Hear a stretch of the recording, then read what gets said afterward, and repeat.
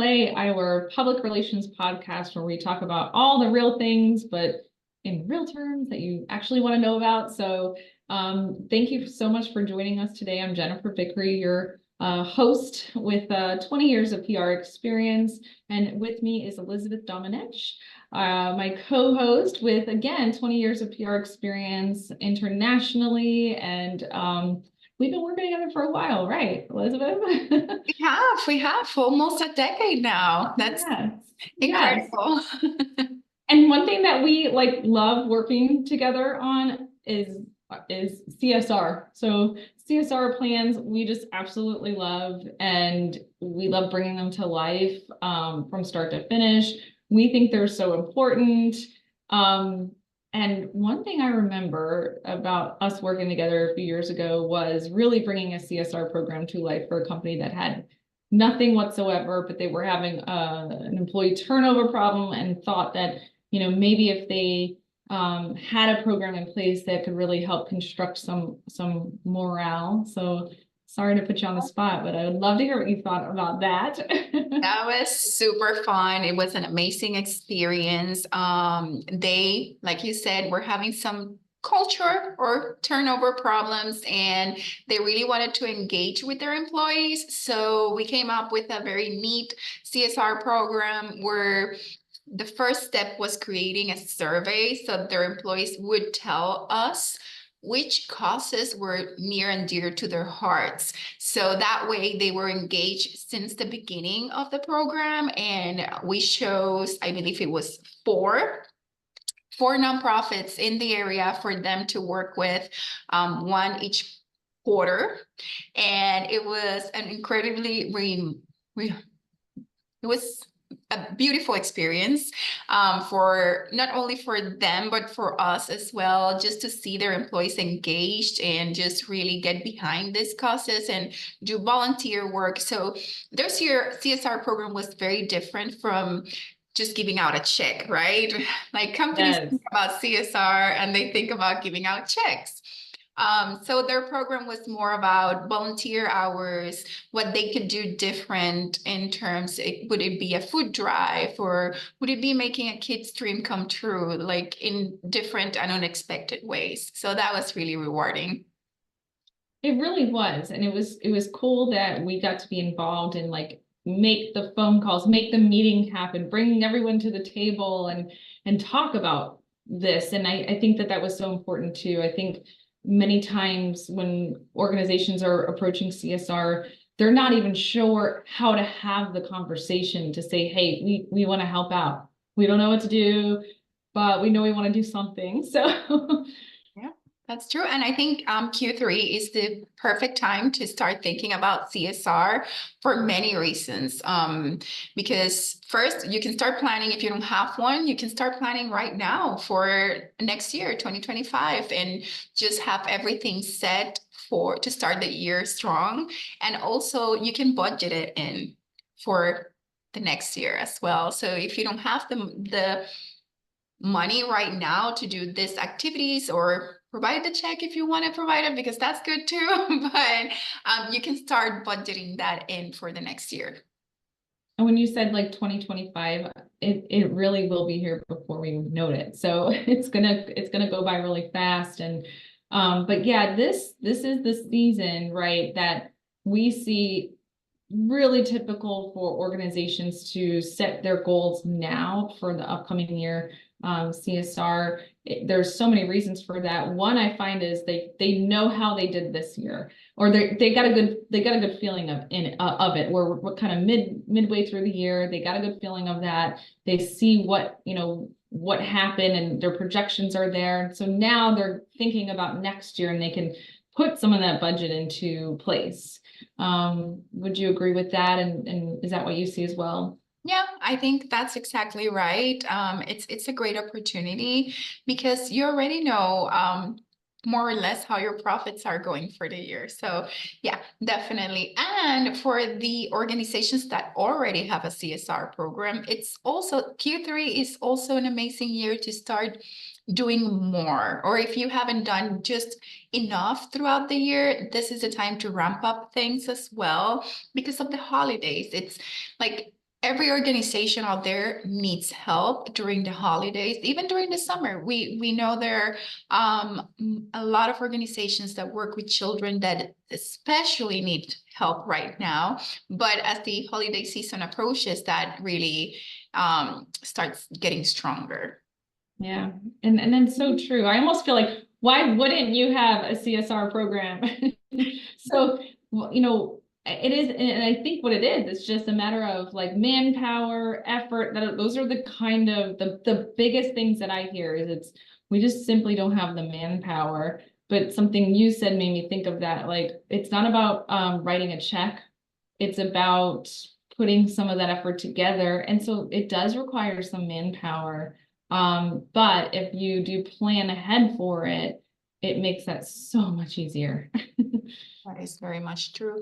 And it also is not only about the organization giving back, it's also about how employees come together to really get behind this causes and how it creates bonds within the employees as well. And employees feel good giving back and working for an organization or a company that gives back at the same time. Definitely. Therefore, kind of going back to our first story about that employee morale or culture or turnover, they're going to feel good that they're a part of something. So I think that that is a really big part of that. Um, are there any stories that you have, Elizabeth, or I mean, that you can think of that were like some of your favorite CSR programs? Oh my God. I think going back to that same company we were talking about, so they decided to help the Children's Dream Fund. And they didn't. So the Children's Dream Fund, usually they get funds from an organization or a person to obviously make dreams come true for children that are sick or have some sort of problem, right? So they went a little bit above and beyond. Yes, they sponsored a child, but they wanted to make sure they were a tech company. So they wanted to make sure that it aligned with them. So the child that they supported was really into computers and wanted to code and things like that. So they they gave him, oh, I can't remember exactly. I think it was a computer. They gave him a computer and something else. The thing is, it was one of my favorites just because they went above and beyond in the sense that they even brought him to their offices and made like a big party and a big entrance for him getting into the office with balloons and confetti and everything. And just seeing this child's face, it was just so touching and so wonderful. Everyone was extremely happy that day. So that's one of my favorite moments just because of that, because I always remember like that grand entrance. Yeah, and that's like something they'll never forget either. So it is just so special. Even recently, I know you probably don't want me to share this, but I know that you were a part of partnering with a client on getting someone in need a prom tuxedo, right? An outfit. Yeah. That was really super special. And that it was for somebody that couldn't afford it, wasn't going to have that childhood experience essentially. And you guys made it happen. It was beautiful. It was quite a Friday. But we got it. We got it. We got, so our client sponsored him to go to prom. Not him, they sponsored 17 kids to go to prom that either, and if it wasn't for them, they couldn't have gone to prom. But they also wanted to do something else because our clients are always wanting to do good things. So that's the beauty of what we do. So they sponsored a kid that essentially was homeless, living in a car with his mom, and obviously couldn't afford to go to prom, but also couldn't afford to get a tuxedo to go to prom either. So our client and myself got in the car on a Friday afternoon and just went shopping and got him a few outfits, and him and his mom were completely, they were so happy about that. And the mom even said now he has something to wear to graduation as well. So that was Mm. beautiful. It was just a beautiful experience. And, in terms of giving back, it also makes these beautiful stories that you can share with the media. And that's the beauty of having a CSR program. And we're not saying, let's take advantage of what we're doing. That's not it. It's sharing this beautiful, magnificent stories so people can also get inspired and do more for others. Yeah, absolutely. And I echo what you're saying, because I know so many times I've had clients say, but I don't want to look like I'm patting myself on the back. And I'm like, you're not, you're sharing good news that will help others participate and help out in other ways that they can as well. I'm gonna go back to manpower, since that seems to be like the number one obstacle. And in Q3, it's really interesting that you can do a whole lot in this time for even like the end of year, but also next year. One thing I've seen an organization do, a client of ours do exceptionally well, is they planned out committees. So they had their CSR is a different organization that they give back to every month. So they have 12. And then they planned out committees so that it's not falling on the same person all the time. There's a charity champion. Every month it's somebody new, and it's somebody who cares about that cause.